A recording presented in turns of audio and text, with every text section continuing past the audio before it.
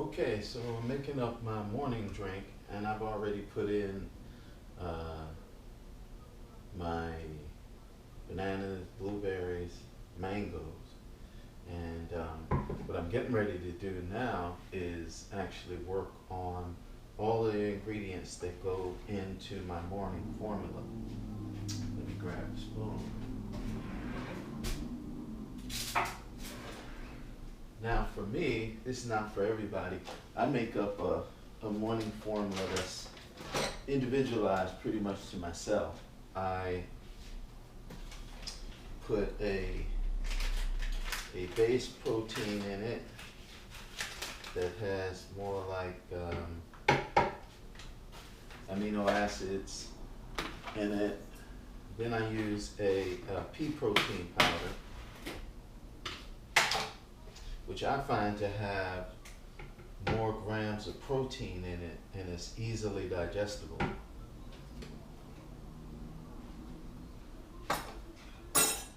And I've done this formula for many years. I actually make it up. I used to make it up for athletes. And I started with my one athlete who was a runner.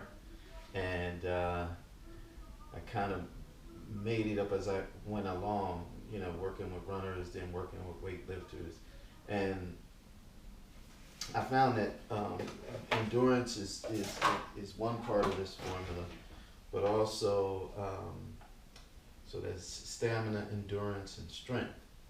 This what I'm putting in here now is ashwagandha. It's a Indian herb for it's considered one of the adaptogens. Ginseng is of that class. Ashwagandha, Siberian ginseng, quite a few other herbs that are in that category of rejuvenative tonics. Now, this formula, this herb is called Shilajit, and it is from the Himalayan mountains, and it actually grows as a plant between the crevices of rocks up in the higher altitude. It kind of grows in the same nature as like ginseng. Ginseng grows in the dark. It's like 80%, 75-80% shade.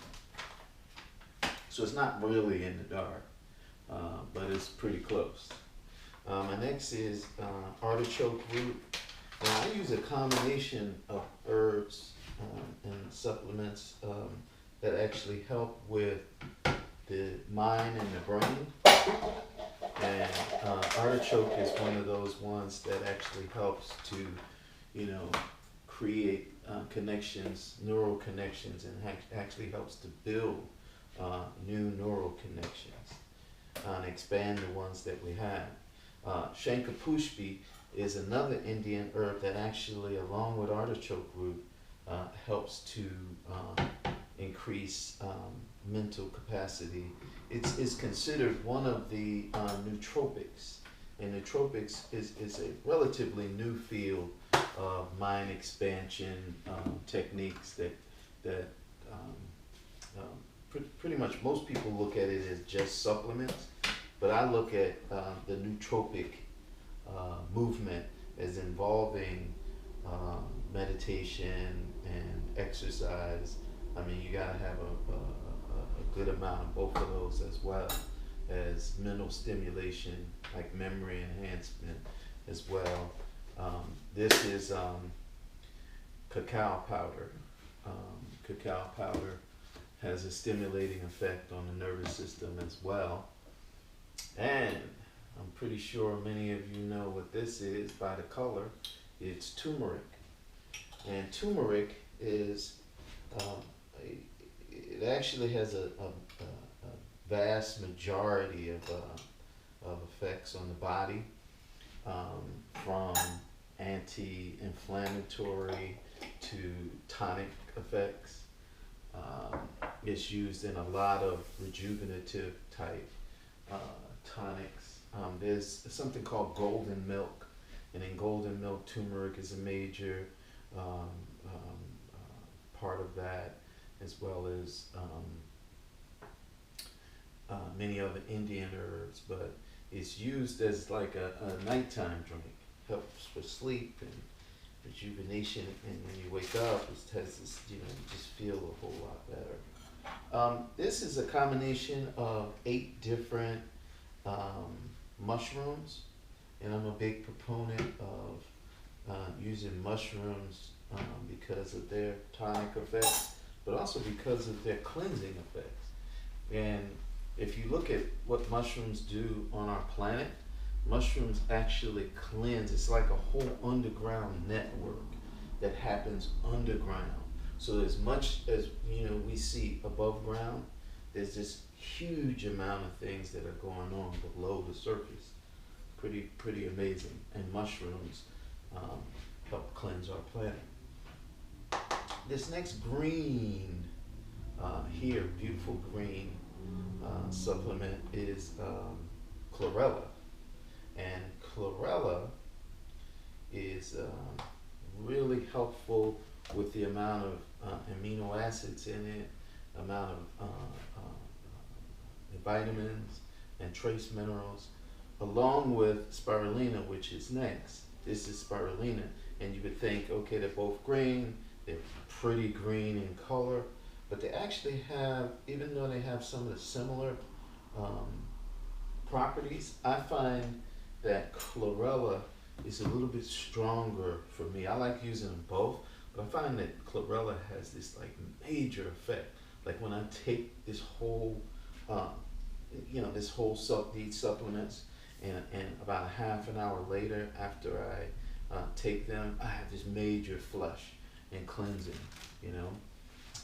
Major thing is bowel movement, and it's pretty significant. And I know that it is the formula, because if I don't do it, I don't have that. Not like that. So it flushes out a whole lot of waste, and it lays the groundwork, the base for just like this real healthy. It's like laying down new. As I look at flooring and building, it's like a new floor. It lays down new ground, new fertile ground, I should say. And this next one is ginseng. This is the last of my ginseng, and I don't mean just ginseng.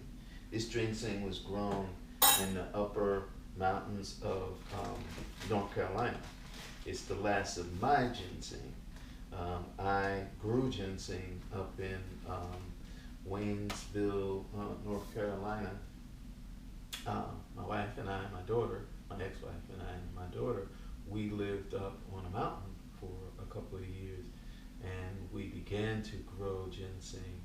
And what has happened is over the years, the ginseng has grown. There was ginseng already there, thank goodness, and it just we just parlayed off of what was already there and grew more. And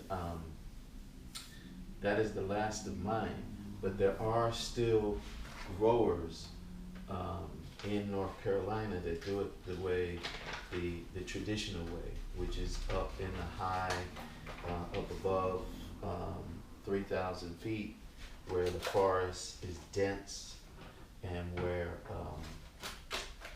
there's all of the natural growth, wild growth, not in farms where it's cleared out. Like, I don't have any real problem with Wisconsin ginseng, except for it's not real powerful in its health benefits. It's kind of watered down. It is ginseng though, and I don't want to take that away from it, and it has the ginsenosides. But the real ginseng, like when you read about it in the old, Chinese,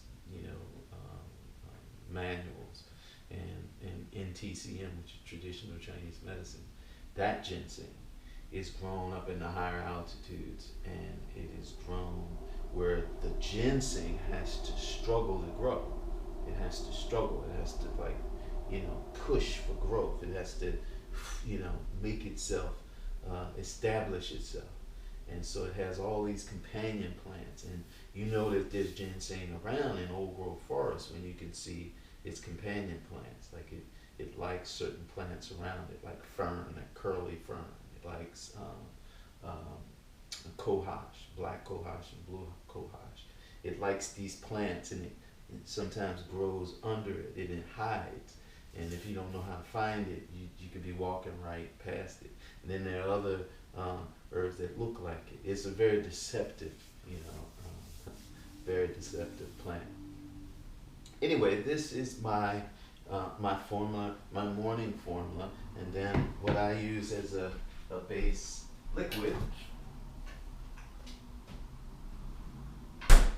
I use almond milk, and sometimes I use coconut milk, but almond milk is what I'm using today. And it is, I call it Emerald Alchemy. That's the name of the formula, and I still have people to this day that get it from me, and it just looks very green and very, very green.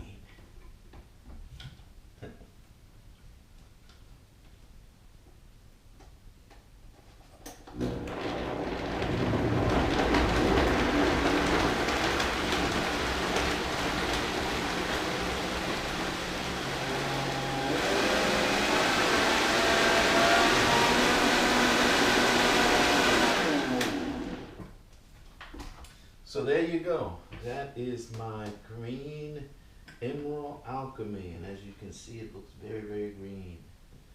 Very, very good.